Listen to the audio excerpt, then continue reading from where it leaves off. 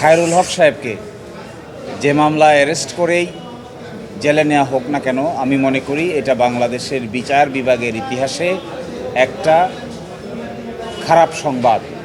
এটাই তো বিচার বিভাগের জন্য সবচাইতে বেশি লজ্জাজনক, যে সরকার যেদিকে হাল বা বাতাস দেয় বিচার বিভাগ সেদিকেই যাওয়ার চেষ্টা করেছে। এটাই হলো সবচাইতে বড় লজ্জার বিষয়। সাবেক প্রধান বিচারপতিকে অ্যারেস্ট করা হয়েছে, এটা নিশ্চয়ই কোনো ভালো খবর নয়। এটাই জাতির জন্য একটা দুঃখজনক সংবাদ।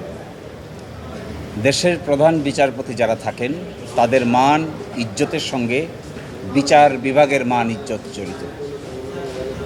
দেশের বিচারালয়ে যারা দায়িত্ব পালন করেন তাদের কর্মকাণ্ডের সঙ্গে জাতীয় ভাবমূর্তি জড়িত। ফলে যখন একজন ব্যক্তি বিশেষের ব্যাপারে আইন ভঙ্গের অভিযোগ আসে তখন মূলত বিচার বিভাগ এর মাধ্যমে ক্ষতিগ্রস্ত হয়।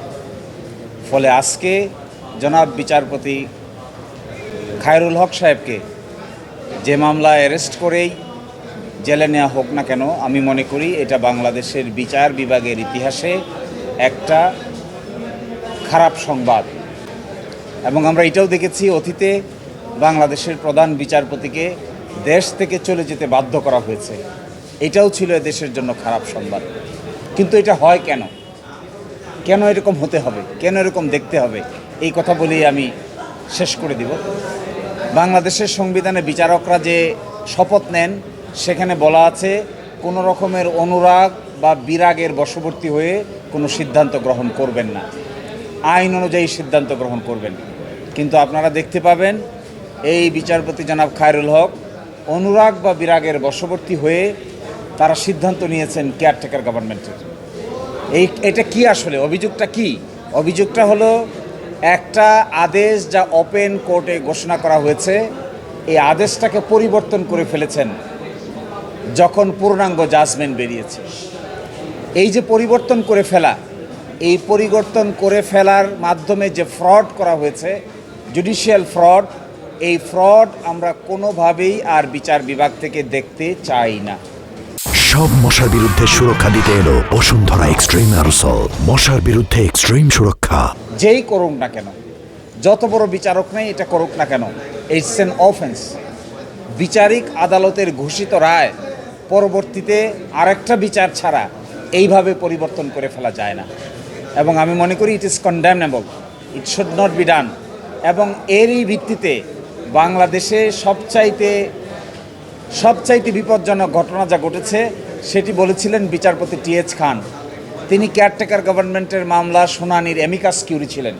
তিনি এসে আদালতে বলেছেন, আপনারা আজকে যে আগুন নিয়ে খেলছেন, এই আগুন দেশে কিন্তু আগুন জ্বলবে যদি এই সিস্টেম আপনারা বাদ করেন। আপনারা দেখবেন বিগত 15 বছরে আমাদের এই মাতৃভূমিতে আগুনই জ্বলেছে, ভালো কিছু হয় নাই, কনস্ট্রাকটিভ কোনো কাজ হয় নাই। ইলেকশন কমিশন ডেস্ট্রয় হয়ে গেছে, ইলেকশন পদ্ধতি ডেস্ট্রয় হয়ে গেছে। ফলে আমি মনে করি বিচারপতি খায়রুল হক সাহেবের এই ফ্রড যদি তারা না করতেন তাহলে পরবর্তীতে এই ধরনের কনসিকুয়েন্স এই জাতিকে বহন করতে হতো না। এই জন্য বিচার হবে আইন অনুযায়ী, বিচার আইনের বাইরে করা যাবে না। যে আইনে তিনি দোষী সাব্যস্ত হবেন সেই আইন অনুযায়ী তার বিচার করতে হবে। বিচারের ক্ষেত্রে আবার অবিচার যেন করা না হয় সেটাও আমরা সতর্কতার সহিত বলতে চাই। কোনো ব্যক্তিকেই যেন তার অধিকার থেকে বঞ্চিত করা না হয়। আবার যতটুকু অপরাধ করেছেন এতটুকু শাস্তি যেন তিনি পান, এটাই আমাদের পক্ষ থেকে কথা থাকবে। দেখেন, গ্রেফতার করা না করা, দেরি হওয়া না হওয়া, এটা এখানে মূল বিবেচ্য বিষয় নয়। মূল বিবেচ্য বিষয় হলো ফৌজদারি কার্যবিধিতে যে সংশোধন এসেছে, এটা ইনভেস্টিগেশন এজেন্সি চাইলে একজন ব্যক্তিকে প্রাথমিক ম্যাটেরিয়াল সংগ্রহ করার পরে অ্যারেস্ট করতে পারেন। আমার ধারণা যে মামলা হয়েছে এই অনুযায়ী প্রাথমিক তদন্ত করেছেন। তিনি তো বাংলাদেশের প্রধান বিচারপতি ছিলেন, তাকে অ্যারেস্ট করার আগে অবশ্যই কার্যকর আইনি প্রক্রিয়া অবলম্বন করা প্রয়োজন। যদি তারা প্রাইমারি এই ধরনের অভিযোগ পেয়ে থাকেন তবেই হয়তো তাকে অ্যারেস্ট করার সিদ্ধান্ত নিয়েছেন। তিনি ওপেন কোর্টে যে রায় দিয়েছিলেন তার পরপরই মূল রায় বেরোনোর আগেই পার্লামেন্টে গৃহীত হয়ে গেল আইন সংবিধান সংশোধনের। এক্ষেত্রে সরকারের প্রেশারটা কি মূল না? দেখুন, এই অভিযোগ তো আছে যে বাংলাদেশের বিচার বিভাগকে অতীতে যেন তেনভাবে ব্যবহার করার চেষ্টা করা হয়েছে। কেয়ারটেকার গভর্নমেন্টের রায়ে 7 জন বিচারপতি ছিলেন, 4 জন এক পক্ষে ছিলেন, 3 জন আরেক পক্ষে ছিলেন। এবং এখানে আপনারা দেখতে পাবেন মেজরিটি মাইনরিটি তৈরি করার ক্ষেত্রে সরকারের ভূমিকা কোনোভাবেই অস্বীকার করার সুযোগ নাই। এটাই তো বিচার বিভাগের জন্য সবচাইতে বেশি লজ্জাজনক, যে সরকার যেদিকে হাল বা বাতাস দেয় বিচার বিভাগ সেদিকেই যাওয়ার চেষ্টা করেছে। এটাই হলো সবচাইতে বড় লজ্জার বিষয়।